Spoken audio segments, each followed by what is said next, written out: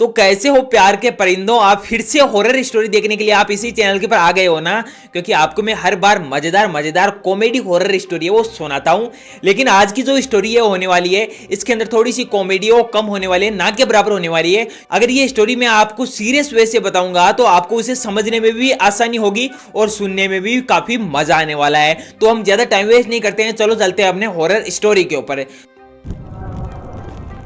तो आज की ये स्टोरी होने वाली है बिहार के एक लड़के की, जो कि उनके पिताजी की कोई जॉब लगती है और वो वहां से बिहार से अपना जो भी बिस्तर बंदा है वो पूरे उठाते हैं और यूपी के अंदर आते हैं और वहां पे अपना झंडा है वो गाड़ देते हैं। जैसे वहां पे अपना झंडा गाड़ते हैं तो वो सबसे पहले अपना एक घर है वो देख लेते हैं। वो जैसे ही उस घर के अंदर आते हैं और वहां पे एक रात रुकते हैं, वहां पे पूजा उजा करवाते हैं। जो भी उनका जो भी फीता वीता काटा जाता है उसी तरीके से वो पूजा उजा करते हैं, उस घर के फीता वीता काटते हैं। जिस कॉलोनी के अंदर उन्होंने घर लिया था उस कॉलोनी के अंदर ज्यादातर लगभग ब्राह्मण और जाट ही रहते थे।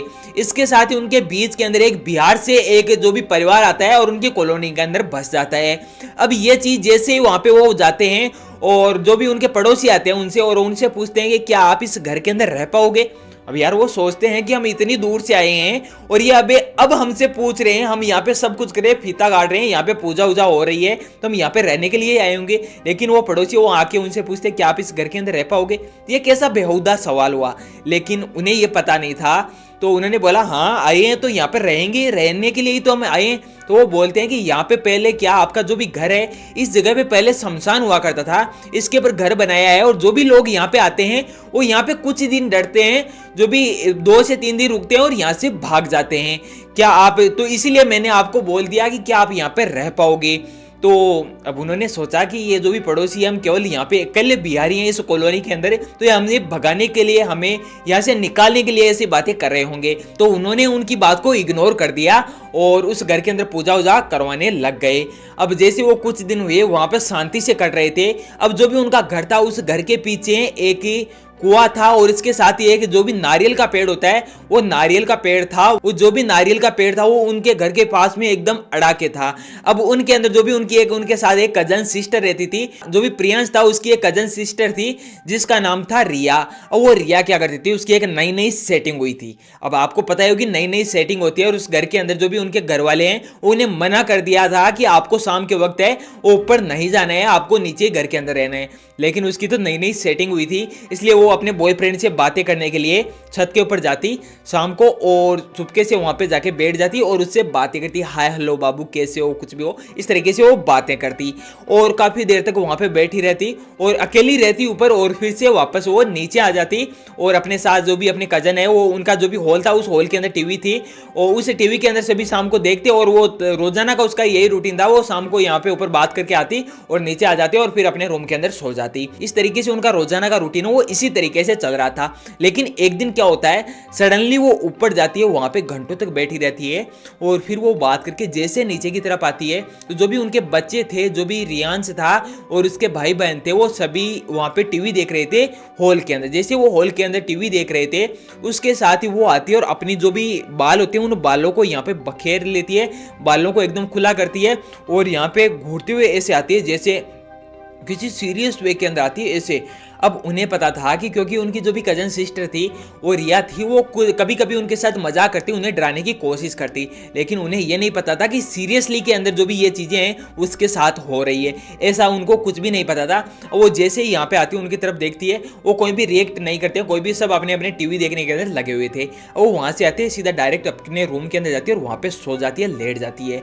इसी तरीके से 1-2 दिन हुआ, वो धीरे धीरे जो भी स्कूल के अंदर जाती थी वो स्कूल है वो बंद कर देती है। 1 हफ्ता हो जाता है वो स्कूल है वो बंद कर देती है और दिन भर वो अपनी छत के ऊपर बैठी रहती है। जो भी उसका जो भी कोकोनट का जो भी नारियल का वहां पे पेड़ था उस पेड़ के पास बैठी रहती है। अब जो भी रिया थी उसके आंखों के नीचे डार्क सर्कल है वो पड़ने लग गए, वो रात भर सोती नहीं और कभी कभी चालती चिल्लाने लगती, ऐसी ऐसी कुछ अजीब अजीब हरकतें वो करने लग जाती है। तो जो भी रियांश के पिताजी है वो एक आसपास में एक बाबा जी रहते थे, उन बाबा जी को वहां पे लाते हैं और उन्हें दिखाते हैं। तो वो बाबा जी उन्हें बोलते हैं कि इसके ऊपर किसी आत्मा का साया है और एक आत्मा नहीं है, 2 नहीं 3 आत्मा इसके ऊपर है। वो बाबा जी आते हैं लेकिन वो बोलते हैं कि ये जो भी आत्मा है वो मेरे काबू में नहीं आने वाली है, ये बहुत ही हैवी लेवल की आत्मा है, बहुत ही भयानक आत्मा है।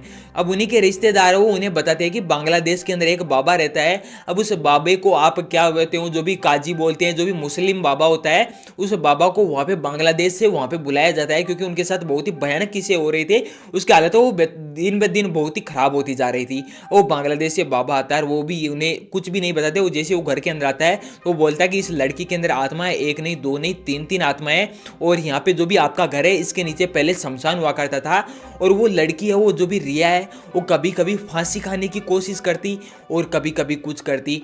तो वो उस बाबा ने यह भी बताया कि ये जो भी रिया है इसके अंदर एक ऐसे लड़के की आत्मा है जो इसके ऊपर सबसे ज़्यादा हावी हो चुकी है, जो कि अपने प्रेम के अंदर जो भी उसे धोखा मिला था इसकी वजह से उसने फांसी खाई और आत्महत्या कर ली। अब उसकी यहाँ पे इसके अंदर आत्मा आ चुकी है और वो इसे फांसी लगाना चाहती है, इसे मारना चाहती है, तो इसलिए ऐसी हरकतें उसके साथ होती है। तो वो बाबा जी से वो बोलते हैं कि आपको क्या क्या चाहिए, तो वो सभी उन्हें सामग्री, कुछ सामग्री बताता है कि हमें एक हवन है वो करना होगा, हमें एक पूजा वो करनी होगी। तो वो सभी सामग्री वो उन्हें लाके दे देते हैं। तो बीच के अंदर रिया वो लेटी हुई है और चारों तरफ उसके आग जल रही है। फिर वो बाबा उन सभी को बोलता है कि आपको अगर कुछ भी सुनाई दे, कुछ भी होता हो, आपको अपनी आंखें वो किसी भी हालत के अंदर नहीं खोलनी है, आपको अपनी आंखें वो बंद करके रखनी है।